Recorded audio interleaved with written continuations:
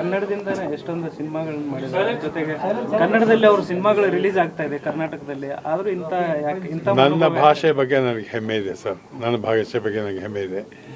ನಾವು ಕನ್ನಡಕ್ಕಾಗಿ ಎಷ್ಟು ರಾಜನಿಂದ ನಾವು ಕಲ್ಸ್ಕೊಂಡ್ಬಂದಿದ್ದೀವಿ, ನಮಗೆ ಗೊತ್ತಿದೆ. ಯಾರು ಬೇರೆಯವ್ರು ಬಂದು ಹೇಳಬೇಕಾದ್ರೆ ನಾವು ಕೇಳಬೇಕಾಗಿಲ್ಲ.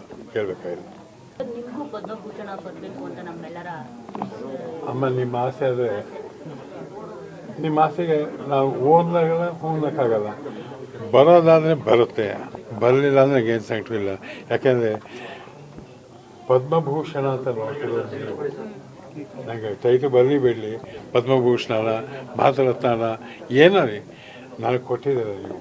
ನಮ್ಮ ಶ್ರೀನಾಥ್ ಅಂತ ಆ ಒಂದು ಪ್ರಶಸ್ತಿ ಸಿಕ್ಕಿದೆಯಲ್ಲ, ಅದು ಈ 50 ವರ್ಷ ಶುಭಮಂಗಳ ಆದಮೇಲೆ ಶ್ರೀನಾಥ್ ಪ್ರತಿಯೊಂದು ಪರಿಚಯ ಆಗಿದ್ದು. ಆ 50 ವರ್ಷದಿಂದ ಆ ಪ್ರೀತಿ ವಿಶ್ವಾಸ ಕೊಟ್ಟಿದ್ದಿಲ್ಲ, ಅದು ಒಂದು ಗುಲ್ಗಂಜಿನೂ ಕಮ್ಮಿ ಆಗಿಲ್ಲ.